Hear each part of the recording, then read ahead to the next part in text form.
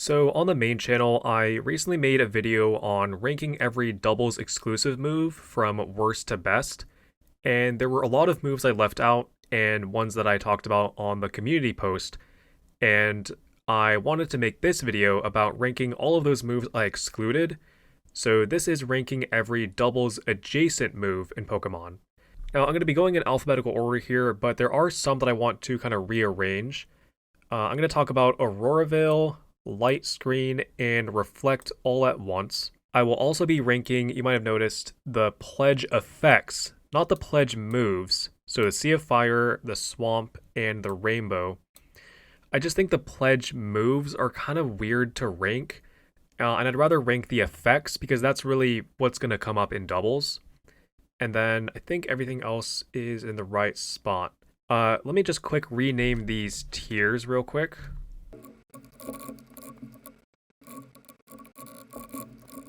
Alright, so I renamed the tiers here to staple, like it's a staple on a team, nice to have, niche, useful in theory, and useless. So here we go, starting off with Acupressure. And I'm also going to briefly discuss why the move is considered doubles adjacent, why it was not doubles exclusive, and why it's not like singles exclusive. So let's see. Acupressure is listed as a move that targets the user or it can target the ally. What it does is it raises the target's or the user's random stat by 2 stages. Because it's random, I can only see it as useful in theory, because like who would you really want to use this on? I'm thinking maybe a power trip or stored power user who doesn't really care about what stat gets raised, because the lack of consistency is really what holds it back. I just don't think it's I've literally never seen it being used this way. So that because of that, it stays out of useless.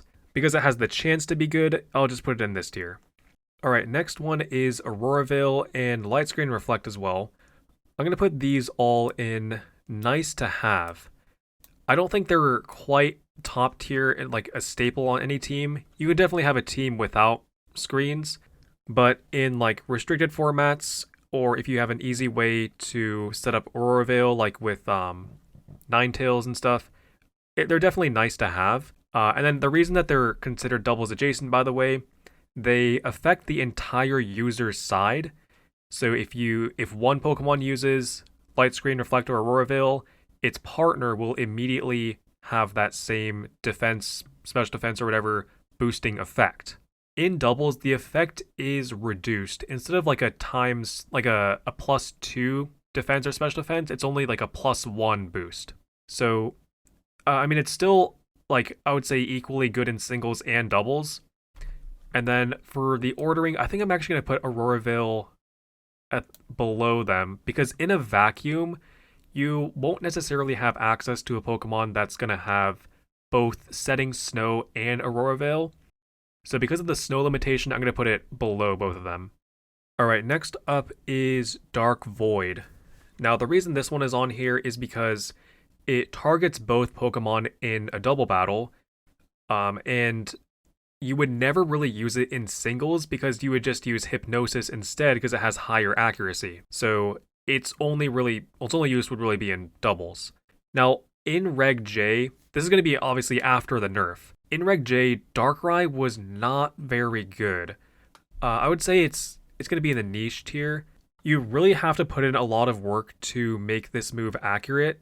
There were some strategies with like Sableye, Prankster, Gravity that can only get it up to like 80-something% accurate, because it's 50 times 1.6, yeah, 83% accurate. And then if you throw on like a wide lens, that's another 1.1, you can get up to 91.6% accurate, which is, I mean, it's not even 100%, and that's a lot of work that you're putting in. So I don't think Dark Void is that great after the nerf. Before the nerf, probably this tier or this tier. But yeah, 50%, it's not that great. Alright, next up is Fake Out. So I'm going to put Fake Out in the staple tier.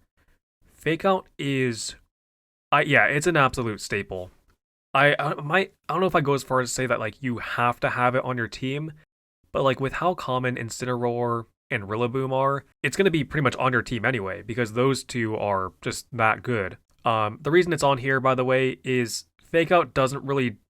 It's not kind of a nothing move in singles. It like does some chip damage. It can be good on like normal type physical attackers like Mega Lopunny, Mega Kangaskhan, and then Ambipom. It can be good on Ambipom because it has Technician. But for the most part, you're not really using it in singles. In doubles, because there's two Pokemon, you have an ally that you can support with Fake Out. The increased like positioning and like awareness that it causes, and like the mind games of like if you're gonna click it, if you're not gonna click it, it makes it's so much better in doubles. And yeah, it is an absolute staple to most teams. All right, next up is Gear Up. Gear Up is going in the useless tier. This move is absolutely terrible. Gear Up raises the attack and special attack stats of allied Pokemon, including the user, with the ability plus or minus by 1 stage each. They really gotta stop making these plus and minus effects like work because they all suck. The requirement of having the ability for this to work is just terrible. Never use this move. It really needs to. Is it still in the game? It's not in the game. Okay, yeah, this move can definitely go. We never need it ever again. All right, next up is Happy Hour and Hold Hands. These are on here because on this article on Bulbapedia of range, like what a move targets, these two moves are Happy Hour is counted as a move that targets the entire user's side. And where is it? Hold Hands. Hold Hands is a move like Helping Hand and Aromatic Mist that targets the ally. So I'm pretty sure Happy Hour is usable in it is usable in singles. And Hold Hands technically actually should have been on the first video because it will fail in a single battle. But either way, these moves do nothing. They're just like event moves that were fun for like a time. Happy Hour doubles your prize money in a trainer battle, but it has no competitive use. If you actually go on Showdown to Happy Hour's description, yeah, no competitive use because it does nothing. So yeah, these are funny moves. You know what? I'm going to put them above Gear Up. Gear Up is just that bad. I think these are funny enough that they're better than Gear Up. All right, next up is Howl, like the moving castle. I'm going to put this in nice to have. Below screens, yeah. It's kind of like an alternate to coaching. Coaching raises the ally's attack and defense by 1 stage, and Howl raises the user and ally's attack by 1 stage. Doesn't affect defense. Does it go through protect? And then let's see. By targeting, it should be targeting, yeah, here it is. The user and ally. So yeah, it goes through your ally's protect, which is nice. So you can use it to kind of safely set up your ally and yourself. I think it is definitely not a staple. You don't need it on your team, but it's definitely nice to have as a alternate setup option to coaching. I wouldn't put it in niche. I think it's definitely good enough that it's in this tier. All right, next up is Jungle Healing, Life Dew, and I'm also going to do Lunar Blessing because it's the same as Jungle Healing. So these are all, they heal the user and the ally by 25% HP, with Jungle Healing and Lunar Blessing also healing the status conditions of the user and ally. I'm going to put these also in nice to have. Obviously, Life Dew is going to be below them. Is Life Dew that much worse that it's a niche tier? I think I actually would put it in niche tier. And then Jungle Healing will be above Lunar Blessing because Jungle Healing actually has more PP than Lunar Blessing. Yeah, Jungle Healing is 10 PP while Lunar Blessing is 5 PP. And remember, I'm breaking these in a vacuum, so the fact that Jungle Healing is limited to a mythical Pokemon is not a factor. So yeah, being able to heal both HP and a status condition is really nice to have. Again, not a staple. You don't need it on your team, but it is really... It's good for the support mons to have multiple things to contribute on a turn. if you get like burned or poisoned or put to sleep, healing that is really, really nice to have. Oh yeah, and they're definitely still usable in singles. Like, I actually used Lunar Blessing or Jungle Healing on Amon and Balanced Hackmons. And obviously, I don't think Balanced Hackmon's use should be seriously considered for a list like this. But just the fact that I was able to use it at all just goes to show that it definitely has use in singles. Life Dew, not as much. There are some mons like Gudra who don't really have any healing, so having some kind of healing is like gives them an option. But definitely these two have great uses in singles too. All right, next up is Lucky Chant. So this one I believe protects the user's side from all critical hits for 5 turns. Yeah. Unfortunately, as you probably know, this move was removed as soon as Urshifu was introduced. So we never had a format where Lucky Chant and Urshifu were both usable. Because of that, we really don't know its full potential. I'm gonna put it in useful in theory, because it's kind of like the definition of that, really. If Urshifu is in the game, blocking crits is very useful, but we just don't know if that would be good in practice because we've never seen that. So I'm really hoping for Lucky Chant to come back. I think this could be like a niche pick for what mons actually get it. Let's see, so Comfey might be good with it. Who else gets it? Not very many. I mean, Gardevoir, Clefairy. Okay, it could be good on Clefairy.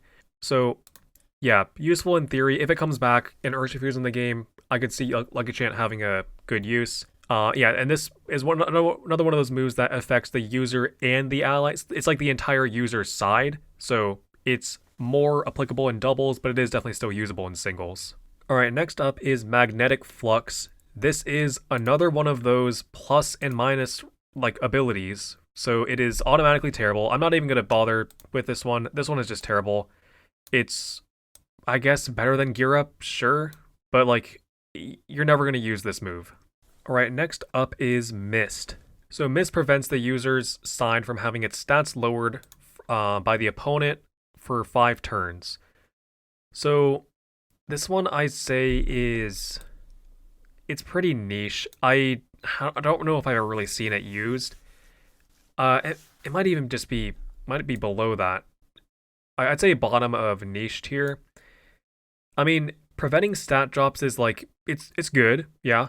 But like you could also, now that we have the clear amulet and things like that, it's really not that great of a use. And you can also just switch out to reset stat changes. You can also use haze. I'd say that's probably better to reset stat changes, because that can also affect your opponent if they have positive stat changes. So yeah, I'd say it's a pretty niche effect to have. And it's one of those moves that affects the entire user side, so it extends to the partner in doubles. Alright, now we have the pledge moves, or the pledge effects. So Sea of Fire is grass and fire, Swamp is grass and water, Rainbow is water and fire. So I'm going to still be considering the fact that you need to use the pledge moves to set these up. Because of that, that really drags them down. I'm going to put them all in the niche tier. I don't really think any of them are, like, I don't think a pledge team is that, like, it's a niche, like, effect. So they're all going to go in the niche tier. The ordering of them, I think Sea of Fire, I'd say Swamp is the best. Then Sea of Fire, then Rainbow. And if you don't know what these moves or what these effects do, Swamp cuts the opposing side's speed to 1/4 of their original speed. Sea of Fire damages by 1/8 of their max HP every turn for 4 turns, and Rainbow doubles the user's side's secondary effects of their moves. So this one's like a really specific one that it basically just gives you Serene Grace, and Swamp is good for speed control. Sea of Fire, I guess, is decent for chip damage, but yeah, they're all pretty niche effects because of the way that they are. The effects can be pulled off, which is by using 2 moves. So because of that, I think they're going to be down here. All right, next up is Pollen Puff. So this move is a pretty standard bug type attacking move in singles, but in doubles, you can use it to target your ally to heal them by 50% of their max HP. It basically makes it an untauntable heal pulse that also doubles as an attacking move. I think this one is top of nice to have. Don't think it's quite a staple to have on a team, but it is. I think it probably has. Does it have more use than screens? Is it better than screens? I kind of think it is, yeah. Pollen Puff is so good to have. Just like healing and being able to have that as like a chip damage dealing move is really nice. So yeah, I think right here is probably where it belongs. All right, next up is Protect. Protect is pretty easily the best move on here. And in doubles, Protect is the best move in the game, and it's not even close. If I were to put Protect in the first video, Protect would be over Follow Me. And if you disagree with that, let me ask you this. If you were to make a team, a VGC team, without Follow Me or without Protect, which one would be easier? Without Follow Me would be so much easier. You need Protect on your team. Follow Me is nice to have, but Protect is essential to have. Alright, next up is Safeguard. So this move is kind of like Mist, but it protects the user's side from status conditions for 5 turns. I'm going to put it in niche tier. I'm going to put Mist below the pledge effects, and between Mist and Safeguard, I guess I'd say Safeguard's a little bit better. I'd rather be protected from status conditions for 5 turns than stat drops. Although they are pretty comparable, I guess. But yeah, I haven't really seen this move used that much, so I mean, now that we have Misty Terrain, which also has an additional effect of lowering Dragon type moves, Safeguard is not that useful. So yeah, I think it's like useful for like Terror raids and stuff. All right, last up we have, I'm going to talk about these two at the same time because they're both going in the same spot. You know where they're going. Tailwind and Trick Room are top tier. Both staples. I wouldn't say you definitely don't need both of them, but Trick Room and Tailwind just have entire archetypes built around them. And same kind of thing with Fake Out, it causes a lot of counterplay, like, taunting, setting up like Imprison for Trick Room, using your own Tailwind to match your opponent's Tailwind, things like that. Which one's better between Trick Room and Tailwind? I'd probably say Tailwind is more consistent than Trick Room, but they're both like obviously really good. So yeah, definitely staple tier. Alright, so some last minute changes that I'm going to make. I'm going to actually put Pollen Puff below screens. I do think that screens are, they're something that lasts almost the entire battle if you use like Light Clay, because it'll last 8 turns, and most VGC battles are like around 8 turns. And Pollen Puff is just something that happens one time, so yeah, I definitely think Pollen Puff should be below them. Anything else that I want to change? No, I think that is good. Yeah. So this is my doubles adjacent moves tier list. Let me know what you think, and I will catch you in the next one.